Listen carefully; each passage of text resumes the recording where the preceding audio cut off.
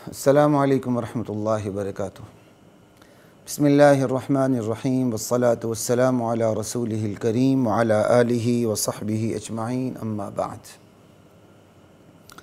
ख़वातीन व हज़रात, मुख्तसर दर्स हदीस के सिलसिले के साथ खलीक़ुर रहमान आपसे मुखातिब है। आज की नशिस्त में नबी करीम सल्लल्लाहु तआला अलैहि वसल्लम की एक अहम तरीन दुआ को सामने रखना मकसूद है, जो आप सल्लल्लाहु अलैहि वसल्लम अक्सर पढ़ा करते थे। और पढ़ने का एक बहुत बड़ा मकसद ये भी था कि उम्मत को तालीम हो जाए कि उम्मत अपनी दुआ अपने अल्लाह के सामने यूँ किया करे, और साथ ये भी तालीम हो जाए कि अल्लाह की अज़मत क्या है, अल्लाह की कदर करने का तरीक़ाकार क्या है, अल्लाह से मांगने का ढंग क्या है। सुनिए, ये हदीस मुत्तफ़क़ अलैहि हदीस है, बुखारी मुस्लिम दोनों में है, सही बुखारी सही मुस्लिम में। और इसके रावी इब्न अब्बास रज़ी अल्लाह तआला अन्हुमा है।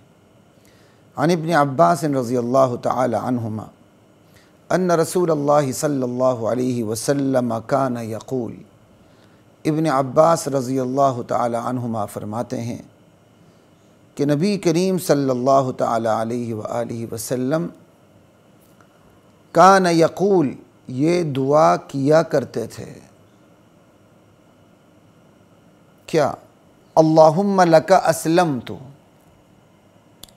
ए अल्लाह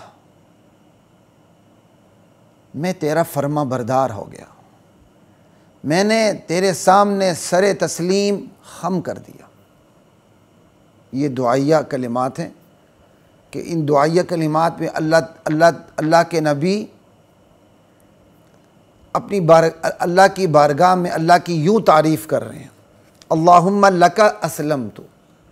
तरतीब ये है, अरबी दान जानते हैं, लफ़ज़ असल में ही अल्लाहुम्मा अस्लमतु लका, या अल्लाह मैं तेरा ताबे फरमान हो गया, ठीक है। लेकिन तरतीब ये नहीं रखी गई, अल्लाह के नबी ने जुमले की तरतीब ये नहीं रखी।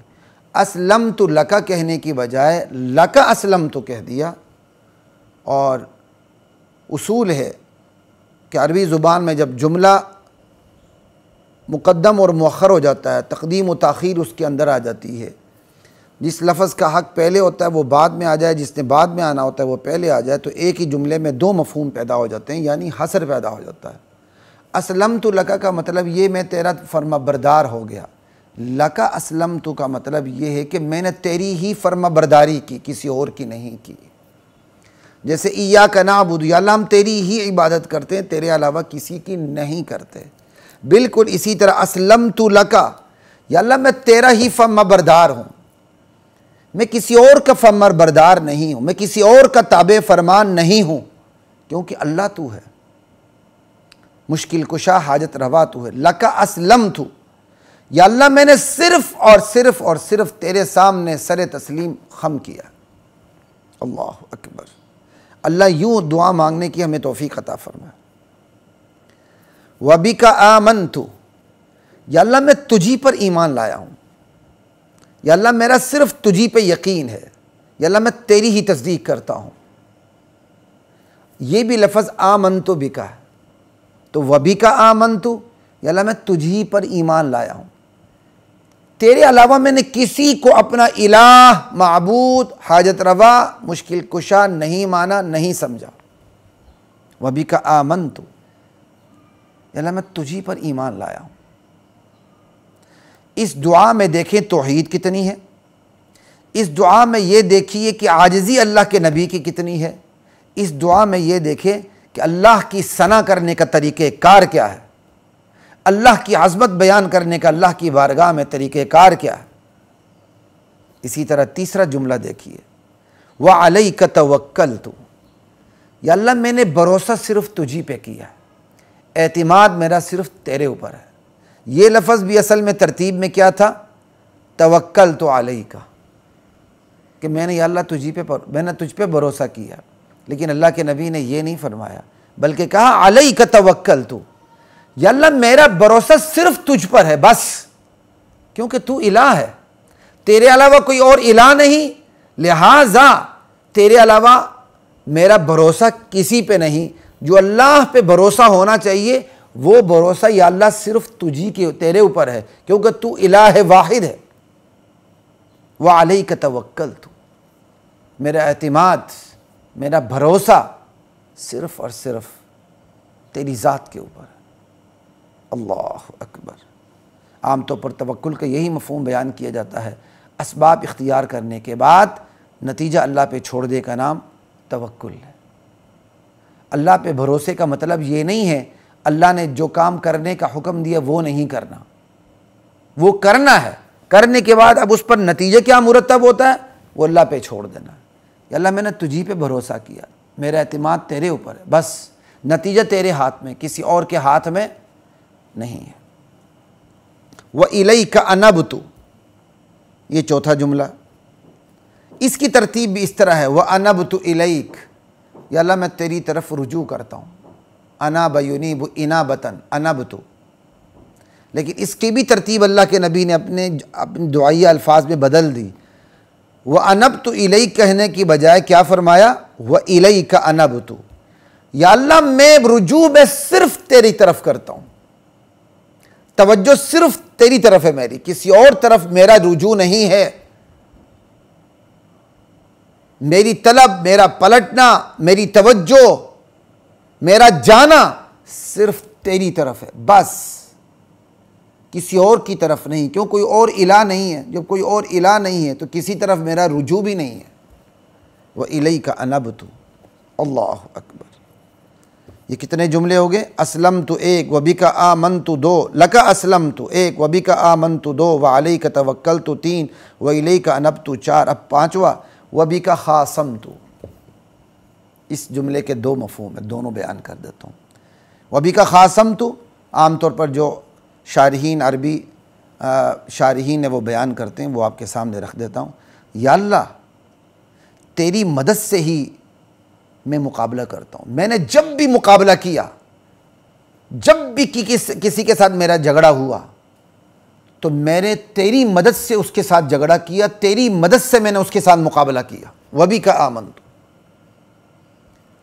दीन का मैदान हो, दलाइल का मैदान हो, बराहीन का मैदान हो या कोई और मैदान हो, या अल्लाह तेरे फराहम करदा असबाब, दलाइल, या अल्लाह मैंने उन्हीं के ज़रिए तेरे दुश्मनों के साथ मुकाबला किया। वबिका खासमतु, इसकी तरतीब भी इसी तरह है, व खासमतु बिक। लेकिन बिका खासमतु का मतलब क्या हो गया, तेरी ही मदद से मैंने मुकाबला किया, किसी और की मदद से मैंने मुकाबला नहीं किया तेरे दुश्मनों के साथ, सिर्फ तेरी मदद थी। तेरी मदद की वजह से कि जो तूने मुझ पर नछावर की, किसी भी किस्म की मदद हो सकती है। उमूमी अल्फाज के अंदर जिहाद की मदद भी आ गई, दावत व तबलीग के हवाले से मदद भी आ गई, यानी दावत व तबलीग, जिहाद, दर्स व तदरीस, कहीं भी कोई भी ज़िंदगी में कहीं भी कोई मुकाबला पेश आया, तेरी मदद से मैंने दुश्मनों के साथ मुकाबला किया। एक तो मतलब ये हो गया वबिका खासमतु, जो अरबी शायरीन बयान करते हैं। ज़्यादा मैंने शुरुआत को नहीं देखा, एक आध जो शरह मेरी नज़र से गुज़री तो उसमें यही मफ़हूम। लेकिन एक उर्दू तर्जमा देखा तो उसमें लिखा हुआ था, तेरी वजह से मुखालिफों से मैंने झगड़ा किया। तो अव्वल मुतबादिर जो मफ़हूम जहन में आता है वो यही है कि या अल्लाह तेरी वजह से मैंने झगड़ा किया, यानी जब भी मैंने किसी से मुकाबला किया है, मैंने किसी के साथ दुश्मनी की है, किसी के साथ मैंने झगड़ा किया है, तो या अल्लाह सिर्फ तेरी वजह से किया है, बस कोई अपनी ज़ात की वजह से नहीं, तेरी वजह से। वही अलहुब्बु लिल्लाह वल बुग़्ज़ु लिल्लाह, मोहब्बत भी अल्लाह की वजह से, दुश्मनी भी अल्लाह की वजह से। ये एक मैंने उर्दू तर्जुमे में जब ये मैंने तर्जुमा पढ़ा कि तेरी वजह से मुखालिफों से मैंने झगड़ा किया, इस तरह का मफ़हूम, तो मुतबादिल इल ज़हन मेरा यही मफ़हूम जहन में आया। लेकिन जब मैंने अरबी शुरुआत को देखा बाज़, तो उन्होंने कहा मैंने तेरी मदद से झगड़ा किया। ठीक है, तो जिसने ये उर्दू तर्जमा किया है, अब मेरे जहन में नहीं कि उसके जहन में कौन सा मफ़हूम है। उसके जहन में वो मफ़हूम भी हो सकता है जो बाज़ अरबी शायरीन बयान करते कि तेरी वजह से मैंने झगड़ा किया। क्या मतलब, मेरे अंदर जो किसी के साथ मुकाबला करने की क़ुव्वत आई वो तेरी वजह से आई, यानी तेरी मदद से आई। तो ये मफ़हूम जो उर्दू तर्जुमे में वाज़े होता है, ये पहलू, और अरबी शायरी, ये दोनों एक हो गए। लेकिन एक और मफ़हूम भी मेरे जहन में आता है जो मुझे एतराफ़ है कि वो उर्दू तर्जुमा देखने से आया। तो फिर बाद में मैंने लफ्ज़ पे गौर किया अरबी के, तो अरबी के लफ्ज़ पे गौर किया तो ये मुझे तर्जमा बड़ा कमाल का लगा। अगर ये किसी और शारे का नहीं है और जिसने तर्जमा किया है हदीस का उसके जहन में भी नहीं है, तो फिर ये ज़ालिकुम मिम्मा अल्लमनी रब्बी, ये अल्लाह का मेरे ऊपर एहसान है कि अल्लाह ने ये मफ़हूम मेरे जहन में डाला जो मैं अभी आपके सामने बयान करने लगा हूँ। और अगर मुतरजिम के जहन में था तो फिर वल फ़ज़्लु लिल मुतक़द्दिमी, फ़जीलत फिर जिसने तर्जमा किया है सबसे पहले उसी के हिस्से में आ गई। तो वबी का ख़ासम तु का दूसरा मतलब क्या है? या अल्लाह, मैंने जिसके साथ भी मुकाबला किया, जिसके साथ भी मैंने झगड़ा किया, सिर्फ तेरी वजह से किया। तेरी इज़्ज़त, तेरी अज़मत, तेरा जलाल, तेरी कुदरत, तेरी तौहीद मुझे अजीज़ है। जो तेरी तौहीद से लड़ता मैं उससे लड़ता हूँ, जो तेरी कुदरत से लड़ता मैं उससे लड़ता हूँ, जो तेरे दीन में बिगाड़ डालने की कोशिश करता मैं उससे लड़ता हूँ, जो तेरे ज़मीन पर फसाद डालने की कोशिश करता है अल्लाह मैं उससे लड़ता हूँ। वबी का ख़ासम तू, मेरा झगड़ा सिर्फ अपनी ज़ात की बुनियाद पर, अपनी ख्वाहिशात की बुनियाद पर नहीं है, या अल्लाह सिर्फ तेरी वजह से। ये मफ़हूम मुझे दूसरा बहुत अच्छा लगता है, वबी का ख़ासम तू। बहरहाल वबी का ख़ासम तू के दोनों मफ़हूम हैं। एक, या अल्लाह मैंने जब भी मुकाबला किया तेरी मदद से किया, एक मफ़हूम। और दूसरा, या अल्लाह मैंने जब भी किसी के साथ मुकाबला किया सिर्फ तेरी वजह से किया। बस वो तेरे दीन के आड़े आया मैं इसके मुकाबले पे आया, वो तेरी तौहीद के आड़े आया मैं उसके मुकाबले पे आया। वबी का ख़ासम तू व इलई का हाकम तू, अल्लाह अकबर। या अल्लाह, मैं अब फैसलों के लिए तेरे पास ही है, तेरे वाला मैं किसी के पास नहीं गया। यहाँ भी तरतीब ये है, हाकम तो इलैक, यानी वह हाकम तो इलैक, या अल्लाह फैसलों के लिए मैं तेरे पास आया। लेकिन इसकी भी अल्लाह के नबी ने तरतीब बदल दी, जिससे दो मफ़हूम पैदा हो गए। तरतीब ये रखी, हाकम तो इलैक की बजाय आपने फरमाया वह इलैक का हाकम तो, या अल्लाह मैं तेरे पास ही आया चलकर फ़ैसलों के लिए, तेरे अलावा मैं किसी की बारगाह में नहीं गया कि वो फ़ैसला करे मेरे और मेरे मुखालिफीन के दरमियान। या अल्लाह, मैंने अपने और अपने मुखालिफीन के दरमियान हकम काजी सिर्फ तुझे बनाया है। मैं अपने मुकद्दिमात सिर्फ तेरी बारगाह में लेकर आया हूँ। कितनी बड़ी बात, कितनी बड़ी बात, और हमारे लिए कितनी बड़ी नसीहत है। अल्लाह अकबर। एक एक लफ्ज़ से हमें नसीहत मिलती है कि अल्लाहुम्मा लका अस्लमतु, या अल्लाह मैं तेरे ही फर्मा बरदार, तेरे अलावा किसी का नहीं। अब हमारे लिए क्या तबलीग है कि हमारे लिए अल्लाह की फर्मा बरदारी मुक़द्दम, अल्लाह किसी और की फर्मा बरदारी में अल्लाह की नाफरमानी हो रही हो तो हमारे लिए नाकाबिल कबूल होना चाहिए, चाहे वो वालिदैन क्यों ना हो। ला ताअता लिमख़लूक़िन फ़ी मासियतिल ख़ालिक़। इसी तरह अल्लाह पर ईमान, बतौर अल्लाह सिर्फ अल्लाह पे ईमान, बतौर बंदा अल्लाह पर जो ईमान लाना वो सिर्फ अल्लाह पर ही है और किसी पर नहीं। अल्लाह पे जो तवक्कुल करना सिर्फ अल्लाह पर, अल्लाह के अलावा किसी पर नहीं। मैंने पीर साहब के हाथ में दे दिया, बस वही मुझे बचा लेगा, मेरी किश्ती पार कर देगा। ए मौला अली, ए शेर खुदा, मेरी कश्ती पार लगा देना। इससे बड़ा शिरक और हो क्या सकता। या अल्लाह मैं तेरी तरफ रुजू करता हूँ, तेरे अलावा किसी के पास नहीं, किसी की तरफ नहीं। अल्लाह, वबी का ख़ासम तो, तेरे लिए झगड़ता हूँ। वही ले का हाकम तो, अल्लाह अकबर, फ़ैसले तेरे पास लेकर आता हूँ। कितनी बड़ी बात। आज हम नमाज़ पढ़ते हैं और जब फ़ैसलों की बारी आती है तो शरीयत की बजाय कानून के पास चले जाते हैं। देखते हैं शरीयत हमें फ़ायदा दे रही है या कानून हमें, मुल्की कानून फ़ायदा दे रहा है। अगर शरीयत से हमें वो फ़ायदा नहीं मिलता फिर हम शरीयत की बात ही नहीं करते। मुल्की कानून वैसे बना है, चलो आ जाओ मुल्की कानून की रोशनी में फ़ैसला करते हैं। जबकि मुल्की कानून को साइड पे रखते हो, मुल्की कानून अगर वो कानून शरीयत के मुताबिक है तो 100 बिस्मिल्लाह, वगरना अगर कोई मुल्की कानून शरीयत के ख़िलाफ़ है, जैसे हमारे बहुत से फैमिली कवानीन, आइली कवानीन शरीयत के ख़िलाफ़ हैं, मुसलमान नहीं जा सकता। जो जाते हैं वो गलत करते हैं, अक़ीदा समझ के जाएंगे, काफिर हो जाएंगे। ला इलाहा इल्लल्लाह। हमें ये भी देखना चाहिए, हम नमाज़ पढ़ते हैं, रोज़ा रखते हैं, हज करते हैं, क्या मुक़द्दिमात भी अल्लाह की बारगाह में लेकर आते हैं? क्या अपने मुकद्दिमात भी शरीयत की रोशनी में हल करने की कोशिश करते हैं तो शुक्र की बात है, वरना फ़िक्र की बात है। ये अल्लाह की तारीफ़ हो गई, अल्लाह के सामने अल्लाह की हम्द व सना हो गई, अल्लाह के सामने अल्लाह के नबी ने अपनी वफ़ा पेश की। अल्लाह अकबर। अब आगे अल्लाह ताला के नबी क्या फरमा रहे हैं ज़रा देखें।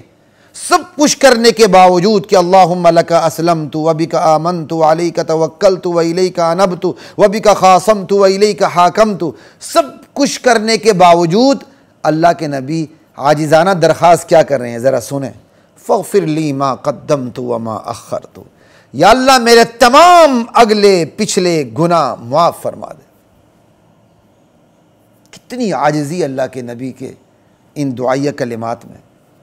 सवाल ये है, नबी से तो गुनाह सादिर ही नहीं होता, नबी तो मासूम होता है, न नबी गुनाह सगीरा करता है न कबीरा।